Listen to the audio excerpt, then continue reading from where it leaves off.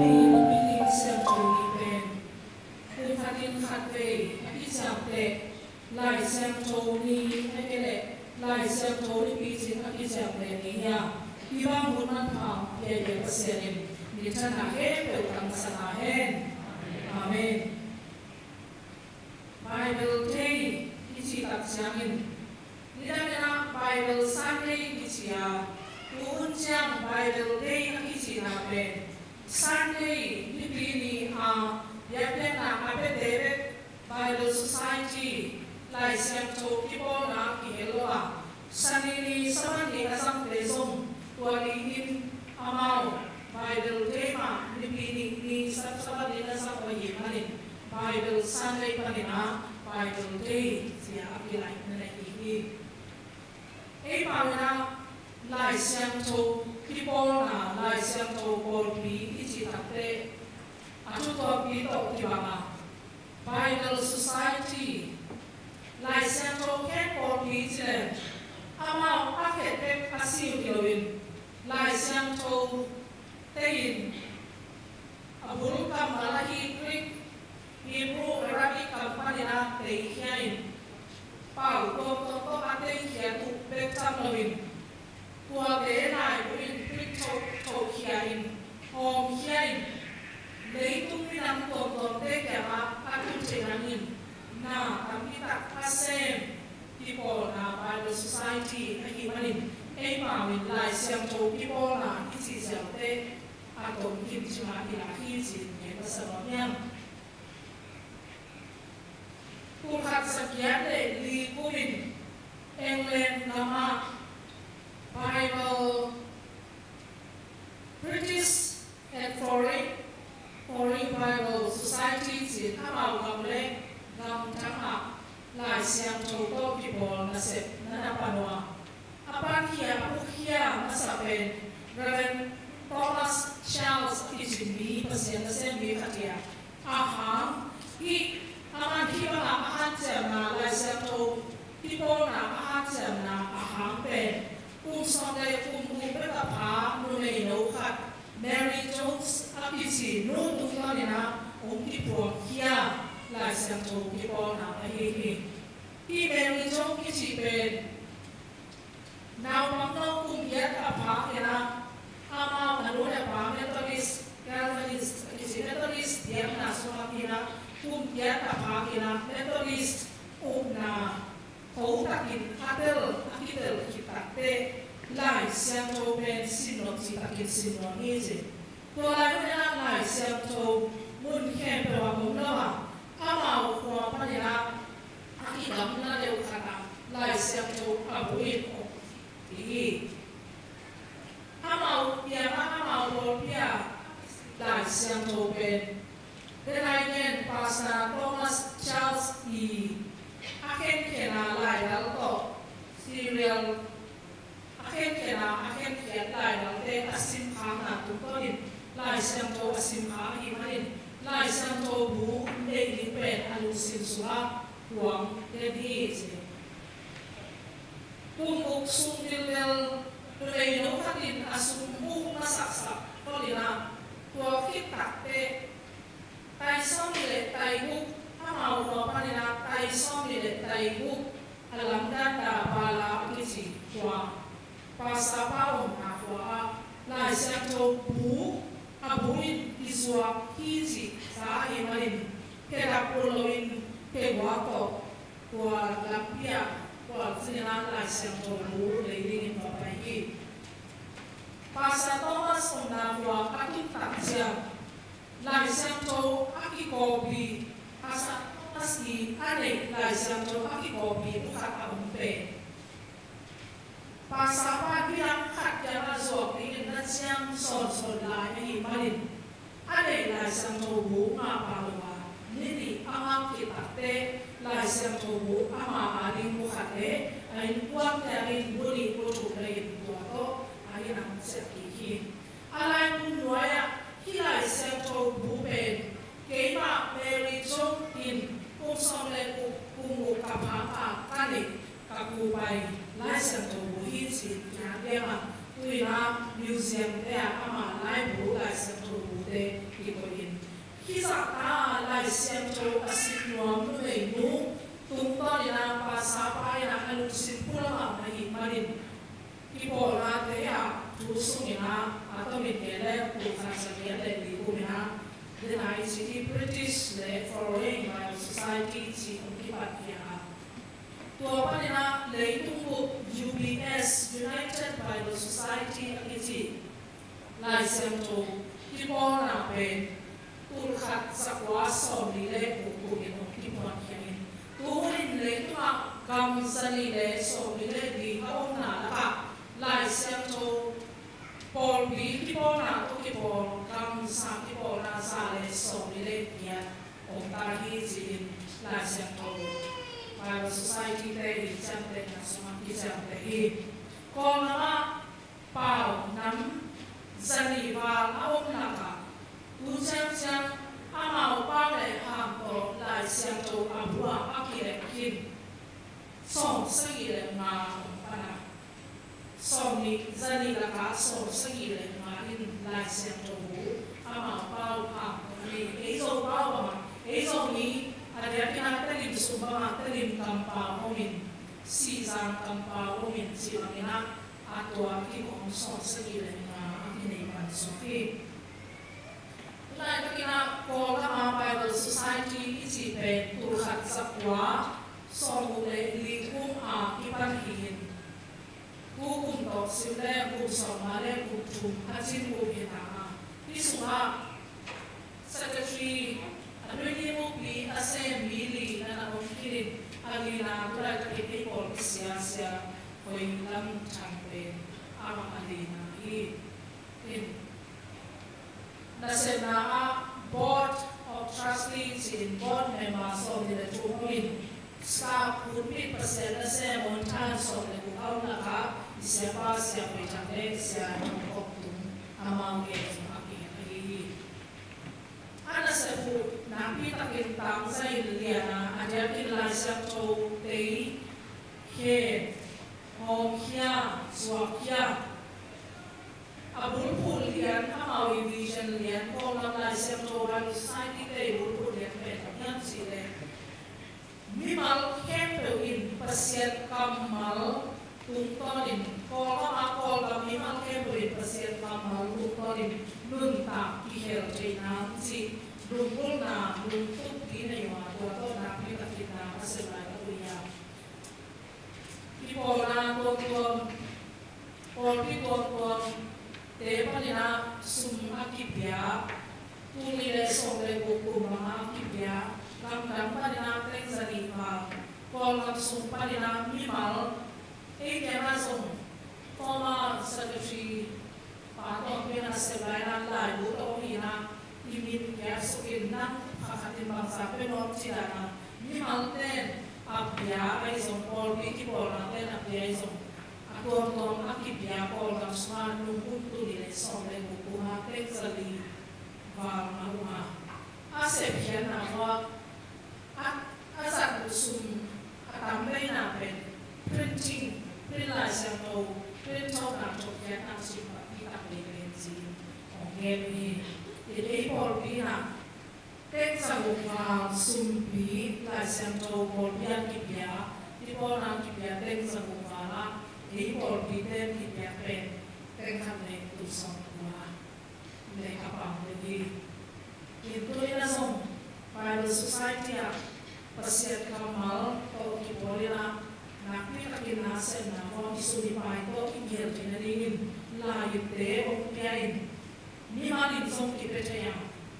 ada yang isang langkol teina ni mama biarkan anak kita kena sepa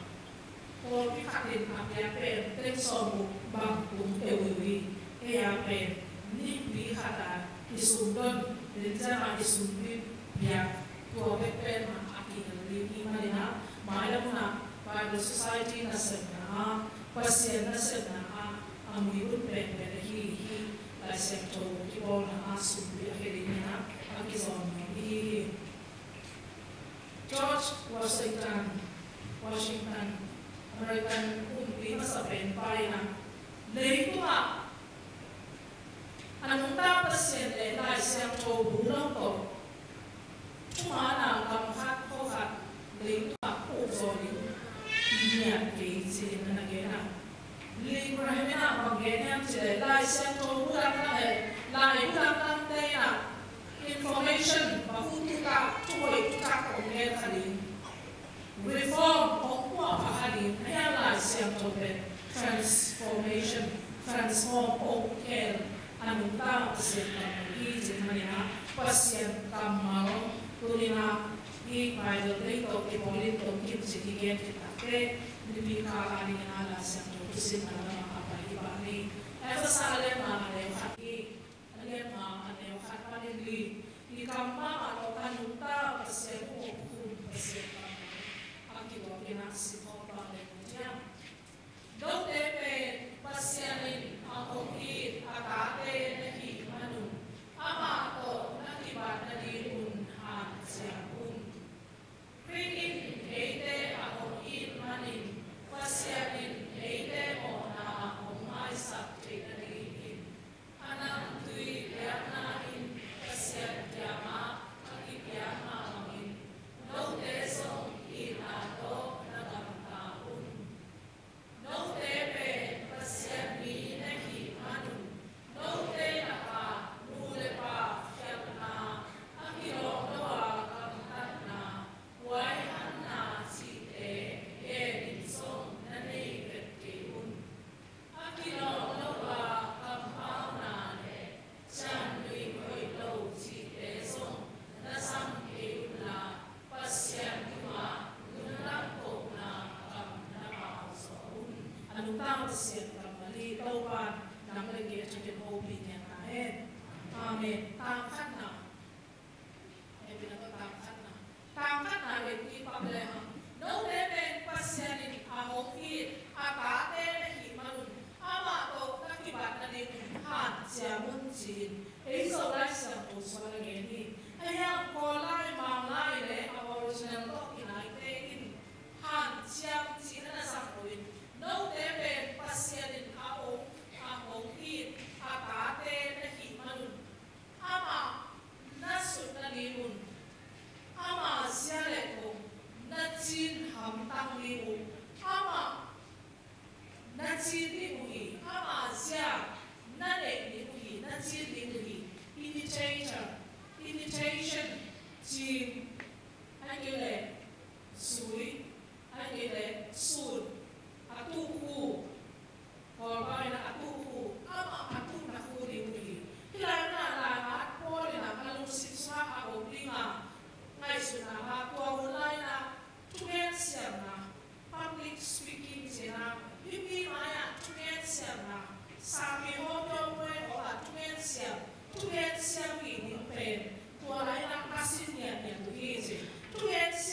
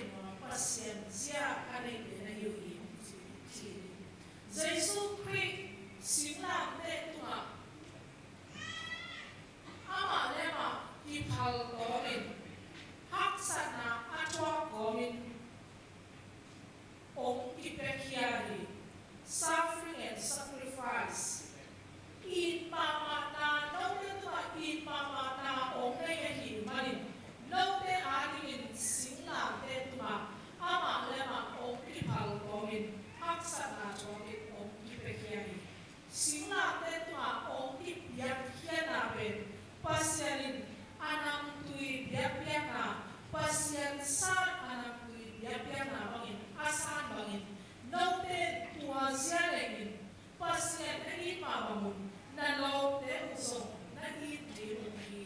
na lo te u kuma chua na to i na lakin na ki sok bi u hi na ki bi u hi tua pasien zia khasi zia no te swa na chi li u na le kham tam li u hi hi chi thage mo na hi bi tam na ya biar na tawa akilui nam ha oma tua akilui biar na tawa akilui le anam tui pa nam tui to behal biar dan kibia anam tui hebe pasien dia tu loa pasien sate ben sweet smelling sacrifice tina ahum nam anam tui biar na pasien tua biar na asana le mo mai sana biar na tawa akilui biar na ben pasien tiama akin le tua minu tua mi pamo na mai bani tau pa Jesus sina te tua akip ya pen tua tu chamuyan na pa ya na te ahwa mina pasien na asia to ama san ya na so sa tai bani ya pasien ne chana ta hen pasien san ya na ha itu ni eten pasien to kilo ta ke na pasien ta chi na sa ma hi marin ei hat jam to tu ya hat jam chi te ei hat jam to tu to ina ma hilo pasien to pia pasien zia bangin pasien ei dan hi pia ma to na li kana ge na hi li na ta ki na he pi na to ta tu na to yen ten pai na ta tu na Tuna le lina siki supak le no le me pasien ni na hi manu no le la ka nu le pa hial na akilo no al kam ta na wai ha na chi te ke tin sok na le de ni un chi no le me pasien sia ale ni na o ki bo le na hi manu no le na le de to ni o ki te ki chi na na ata an waya mai ni cha isi di suwa wai ha na again takre sunday wana so waya na nam ka din sit na again to pi ha na ule pa kya na pi no no aga ta na waya na chi te gam ta chi chara ke din song na nei te ke un chi na pri ta ke na khami ke na song dei de lo li an waya li na ke sa swai tua bếp chắc là mình kilo nữa cầm bao nào để xem mình ngồi đầu chỉ để xong ta xong cái hôn gì kilo nữa cầm ta nào cầm bao nào bằng nhang xem người lâu tham bằng nhang phát tuôn na ống lâu xem người nào kilo nữa cầm bao nào chỉ hiệp phát đi là ông nói đi tu kia bỏ lùi nghe xem nào anh kia để tập đi tổ tiêu kia xem nào isung lang ni chubiin apola ma o pai kia so isung pa pai kia ya isung lang ni ki hel ki takte apola ni so ki hel lo pa mo chi chubiin na ya tu lai na no system akichi hil sia na pai kia ka na o pen na ya chi spirit isung a ka pen nera isung a ka pen sia no ni apola te pa ma au so in tua ben pa mo ni si ona khatoma ayang polo tutorin ai ke chu sia thaka lai siam to to pa se su ko na ina kha pe lung sim kha pum ni ave pina pasene ko ka ai so ni lam ta che na pe asu la mi ke na ma ni ko pai ke ni ma ni ilung sim pe ka so mai su tin dei ke no ni gam ta che mai ina su na pe song khasi pian sia pasien zele tong ko ibu lo mai su na hi ana si tu ni ha ni so no nya adu pe la lung dang ko na kam da pa so pian ta mi ti chi ta pe i kha mi na we pur ki maya bia ki suha ki ko na de a la mi se de na sia ko ko ka te ku te ya i kami na isi takte iswa Jesu pri kon balu pa isa takte iswa kun tua khasian to pile takjani isu kami ong piker takte